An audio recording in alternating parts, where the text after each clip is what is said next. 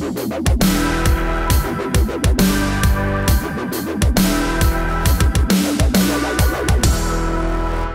the New York Times decided to break with a centuries-long tradition and hire a conservative columnist to write some conservative commentary.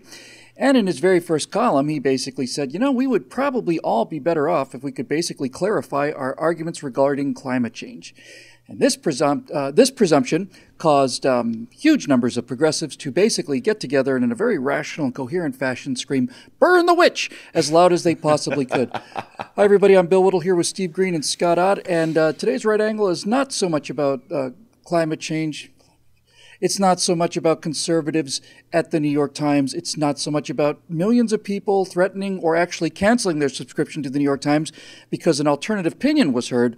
Today's Right Angle is about the new fanaticism and the absolute quasi-religious, in the worst sense of the word, this Spanish Inquisition level of double plus good groupthink. I just don't even know where to start. I'm so disturbed by all of this. Steve, let's just be clear on this. This first column by columnist Bret Stephens did not come out and say that global warming is a hoax. He didn't come out and say that climate change is a fraud. He simply said, if so many people still have problems understanding this, perhaps we should be better at listening to both sides of the argument so we can clarify the issue. And for this, he was utterly condemned. He was just absolutely demonized. I don't think there's been a second column yet.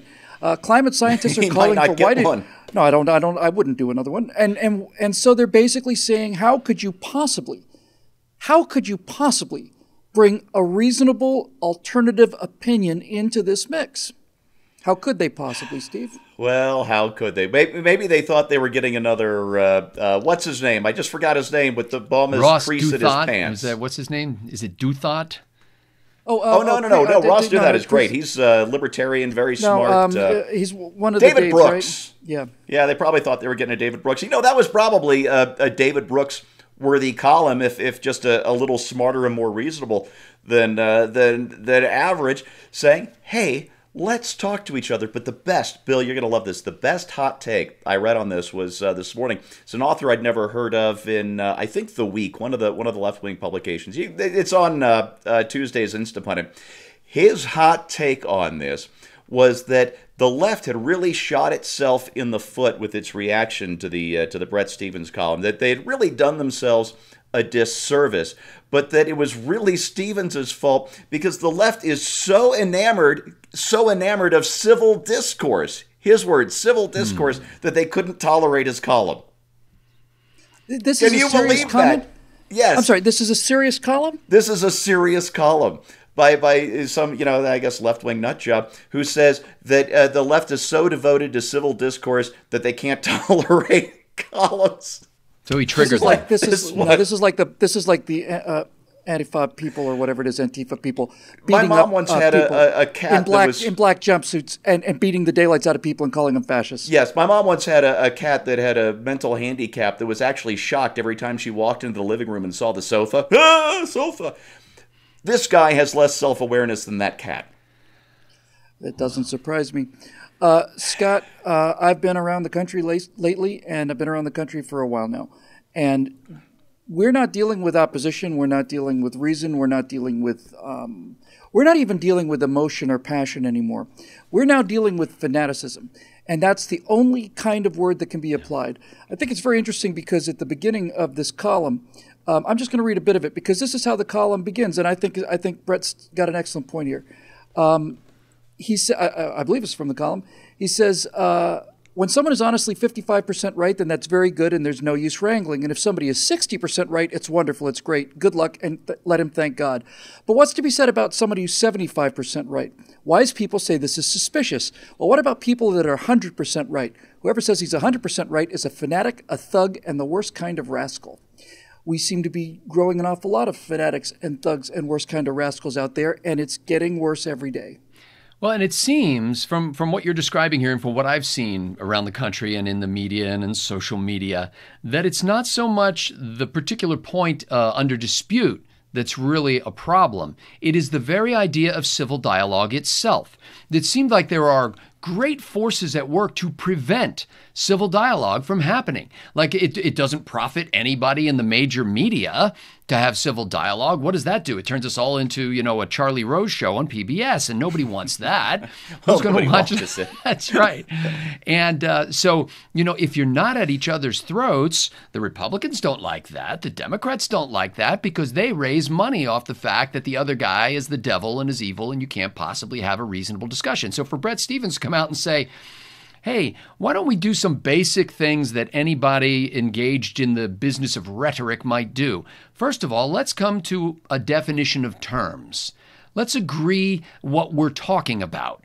Because I find that most of the time in an argument, the problem comes way upstream from where you actually have a dispute. It comes with your definition of terms. Exactly. It comes with what kinds of questions you're going to ask. It comes down to issues of process rather than principle many times. And so those things are just off the table. We can't possibly have discussions about those things because they're a little dry. They're a little, it's a little erudite to suggest that we would have this definition of terms thing. And you don't make any money. It's not clickbait to do that kind of stuff. So I'm actually very excited that Bret Stephens did that as his sort of maiden voyage out there. By the way, there's a new Heineken beer ad that kind of, obviously they're selling beer to do this, but they get people who, they interview them in advance and find people who have radically different positions. They put two people in a room together, give them a project to build together, and they don't reveal to either one of them that they're both on the other side of a major issue until sort of the end of the commercial. And it's, even though I, disagree with half the people in the commercial, I found it to be so refreshing, unlike Heineken, which I think tastes like skunk water, that there were actually people, there are people coming together and saying, hey, I'll give you a hearing because I don't yet know that you don't fit my narrative. Yeah, and I would like to say that this is an issue that cuts both ways, but it doesn't. It doesn't cut both ways. We're subjected to their arguments every single day, and every day that goes on, they become less and less willing to listen to our arguments. The existence of the New York Times itself is an affront to me in terms of what they do. This article is an affront to me. The reaction of this is an affront to me, but I don't call for the closure of the New York Times because of this kind of lunacy. We're subscribers. But that's what they do. That's what they do. I've seen people, and we saw with Ann Coulter, we saw with Milo. I had a bit of experience this myself over the last several days, where people are not coming to argue with you; they're coming to shout and continue to shout so that you can't be heard. And I'll tell you right now, I've got the secret of this dynamic down completely. And I accuse the person who's doing me the same thing. And it's true of all of these Antifa people, all of them. They're scared, is what they are. They're scared. And they're scared of the fact that their entire life is a philosophy that has just basically consumed them to the point of fanaticism. And what they're scared of is hearing anybody who might have any kind of a response to this, because that little worm gets in their head, and then all of a sudden they're not the fanatics anymore, which means they don't have an identity, they don't have friends, they don't have any kind of social life, and they're simply not the people that they thought they were. They're terrified. And that's why they use these fascistic, totalitarian, violent, horrible, repressive, stupid, crude tactics to make sure that there is no civil debate, because civil debate is something that the left loses. And that's why the left is got secret police, and that's why the left has the State Department of Truth, and that's why the left talks about all of these things. When somebody simply wants to say, let's have a reasonable discussion about things, that's when the door slams shut. And if you think America can survive this, I think you've got another thing coming. Honestly, this is the end of the republic, because this whole country is based on the idea of free exchange of ideas. And if government censorship isn't there, but people like Ann Coulter are not allowed to be heard by the people who are going to hear Ann Coulter, if they're not allowing her to speak, what difference does it make if the censorship is coming from the government or coming from the culture? It's still censorship. We're in some real trouble. And if Donald Trump doesn't step up the means to start enforcing this kind of, enforcing the law in the face of this kind of intimidation and street fascism, then we're going to see a replay of things that I've seen many, many times in the past, and it's not going to be pretty. And the final thing I'll say to these left-wing, totalitarian, racist fascists is this. One thing you can be sure of is if you get your way, you will be consumed by your revolution. Of all the things I've seen ever of what happens when the left has total control over everything, the one thing you can be sure of is those people calling for people to be banned, isolated, arrested, or whatever, you will go to the wall. You will go to the wall. And while I wouldn't particularly like to live long enough to see that happen to the rest of us, I think probably sometimes that's the only thing that really gets through. I think it's the only time people wake up is when they're facing the firing squad and say, no, I'm on your side. All right, well, there you go. We have history and we have examples. It's pretty scary and it's getting worse. Hooray. For everybody here at BillWhittle.com, we keep trying to ring the bell. We don't know if anybody's listening, but some of you are. So thank you very much for your membership, and we'll see you next time.